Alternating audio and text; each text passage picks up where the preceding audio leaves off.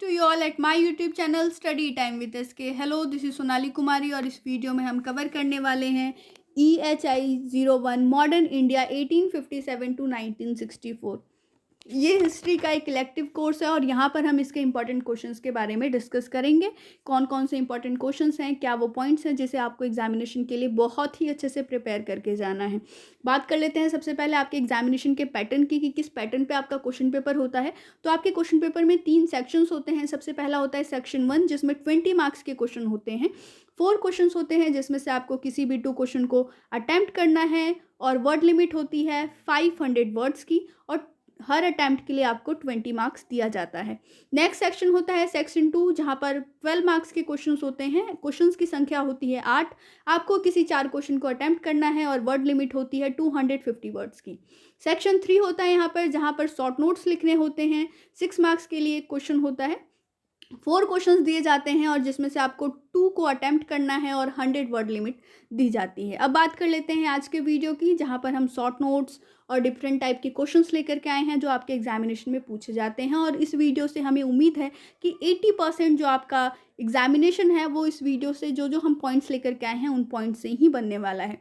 तो स्टार्ट करते हैं क्वेश्चन नंबर 1 को जहाँ पर आपको शॉर्ट नोट्स लिखने हैं। ये वो सभी शॉर्ट नोट्स हैं जो कि एज अ क्वेश्चन भी कई बार पूछे जाते हैं और एज अ शॉर्ट नोट भी पूछे जाते हैं। कोई ऐसा शॉर्ट नोट हो सकता है जो 12 मार्क्स में भी पूछ लिया जाए।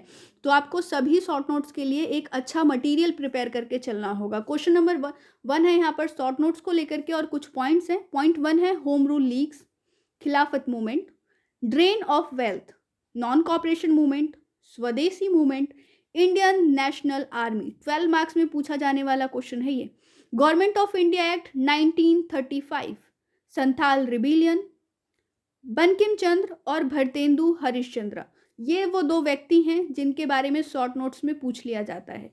Telangana movement, Swaraj party, Nehru report 1928, Poona pact, Lucknow pact, Rowlatt act.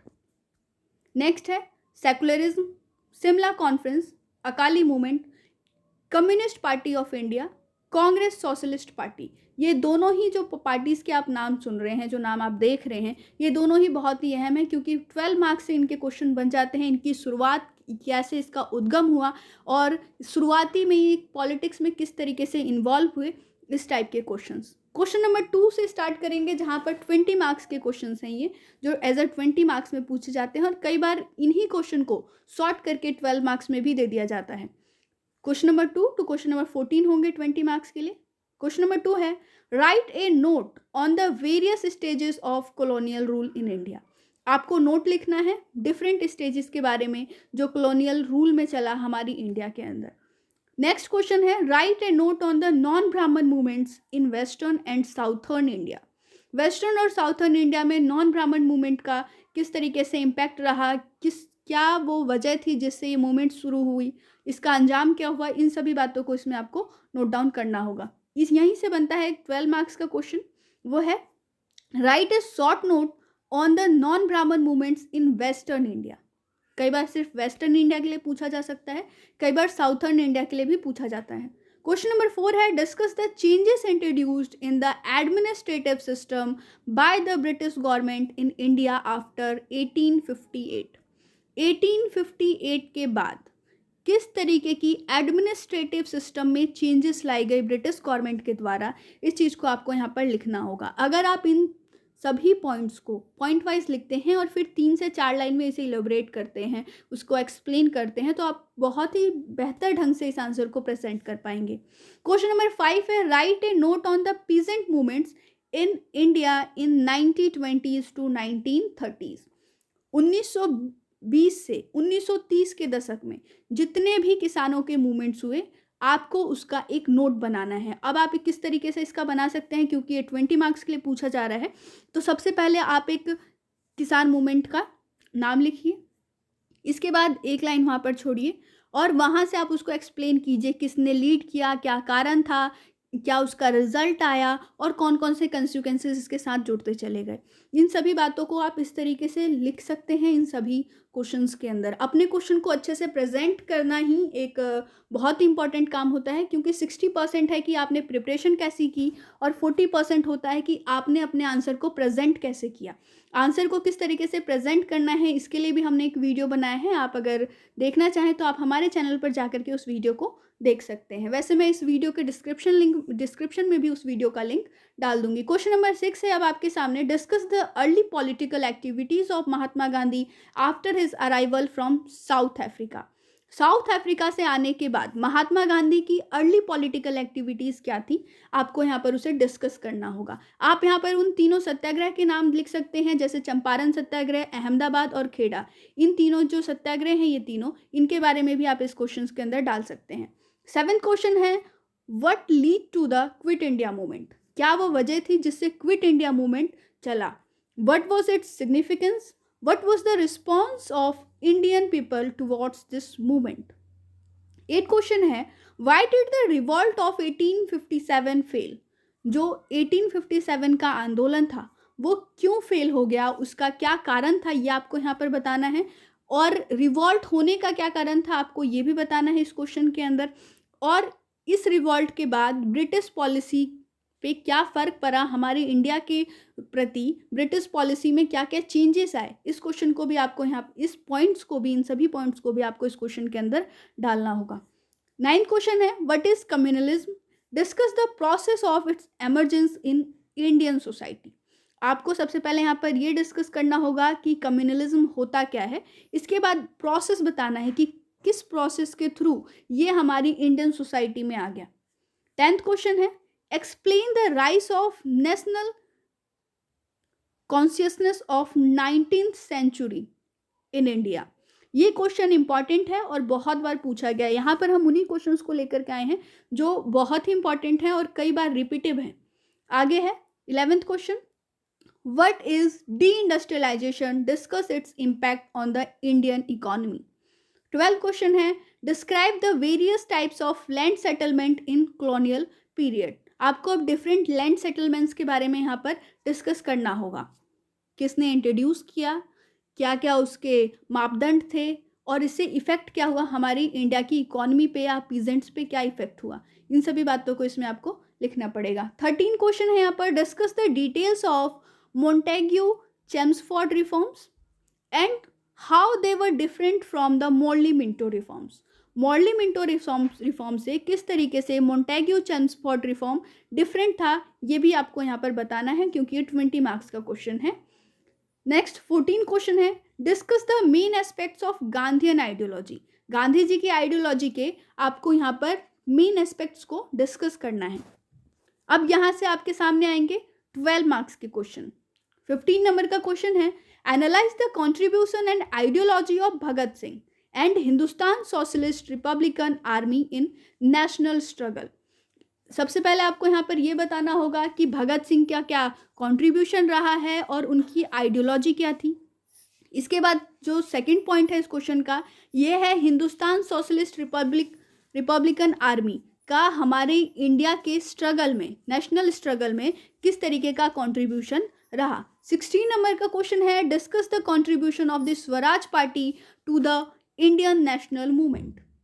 17 number का question explain the factors that lead to the partition of India. India के पार्टीशन को होने को लेकर के कौन कौन से फैक्टर्स थे जिनके कारण इंडिया का पार्टीशन हुआ। बहुत ही इंपॉर्टेंट क्वेश्चन है, कई बार आया हुआ है।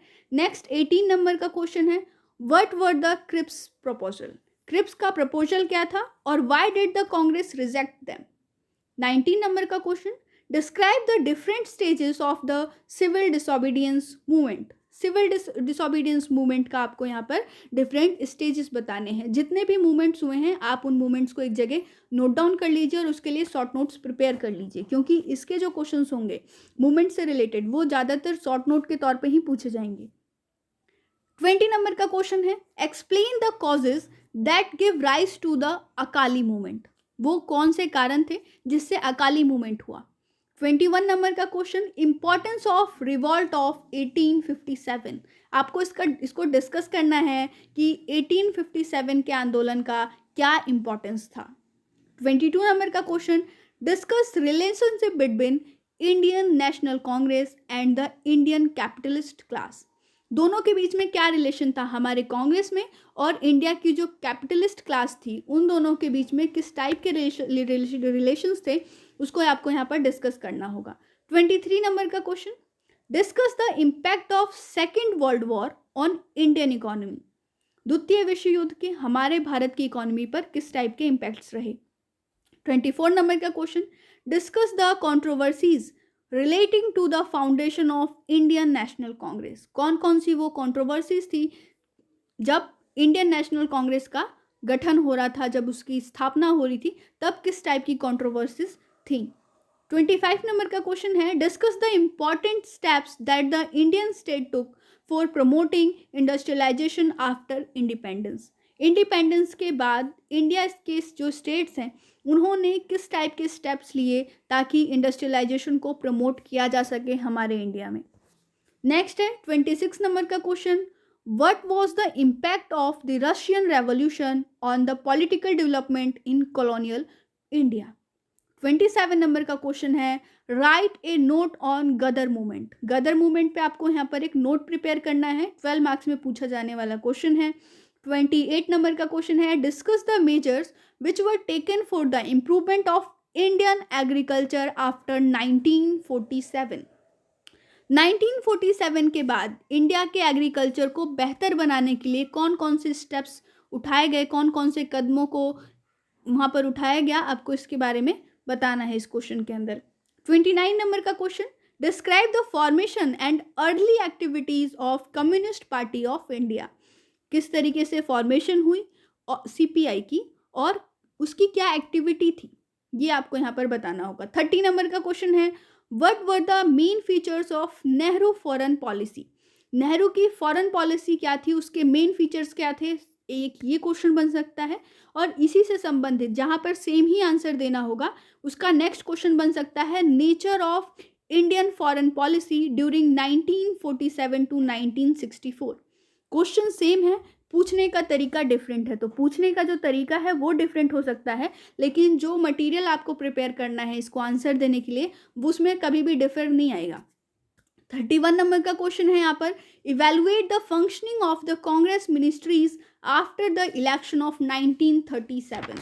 1937 के इलेक्शन के बाद जो कांग्रेस के मिनिस्टर्स थे उनका किस तरीके का फंक्शन था, इसको आपको इवेलुएट करना है। 32 नंबर का question, what lead to the formation of Muslim league.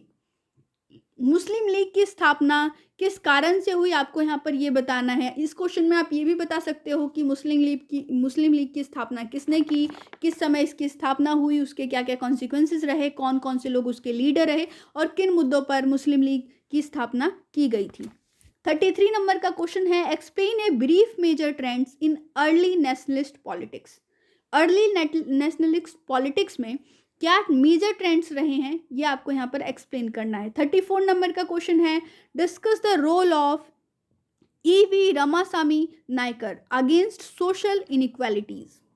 35 number का question, analyse the nature of trade union movement, discuss its significance also. तो ये तो था आज का वीडियो जहाँ पर आपने EHI 01 मॉडर्न इंडिया 1857 टू 1964 पढ़ा। इस कोर्स के अंदर आप दो टाइप के इंडिया के बारे में पढ़ते हैं जहाँ पर इंडिया के दो रुख हैं। पहला है कि 1857 से 1947 जब इंडिया गुलाम था, इसके बाद 1947 से 1964 जब इंडिया आज़ाद है, और इन दोनों चीज़ों के बीच में डिफरेंस करना आपको बहुत ही अच्छे से आता है, क्योंकि हम इस जो कोर्स हमारा है, ये जो कोर्स है आपका EHI 01 का, इसे आप बहुत ही करीब से जानते हैं, क्योंकि हमने बचपन में भी पढ़ रखा है। जब आप प्राइमरी क्लासेस में पढ़े थे वहाँ पर भी आपने नेशनल मूवमेंट्स के बारे में पढ़ा था, और यहाँ पर आप उस चीज़ को थोड़ा बड़े लेवल पे पढ़ रहे हैं, तो वहाँ से भी आपको थोड़ी बहुत हेल्प मिल सकती है। जो भी पुराने पॉइंट्स आपको याद हैं, अगर आपको अभी के टाइम का नहीं याद आ रहा है जो आपने अभी पढ़ा है, तो आप जो पहले आपने पढ़ रखा है उन्हीं चीज़ों को कोलैबोरेट कीजिए, एक जगह लिख लीजिए, उससे भी आप काफ़ी अच्छा आंसर दे पाएंगे। तो ये तो था आज का वीडियो। अगर आपको वीडियो पसंद आए तो वीडियो को लाइक करें, अपने फ्रेंड्स के साथ शेयर करें, और अगर आप अभी तक हमारे चैनल पर नए हैं तो चैनल को सब्सक्राइब कर लीजिए, साथ ही साथ हिट कीजिए बेल का आइकन, ताकि आपको हमारे वीडियोज़ के रिगार्डिंग सारे नोटिफिकेशंस ऑन टाइम मिलते रहें। तब तक के लिए स्टे ट्यून। जय हिंद, जय भारत।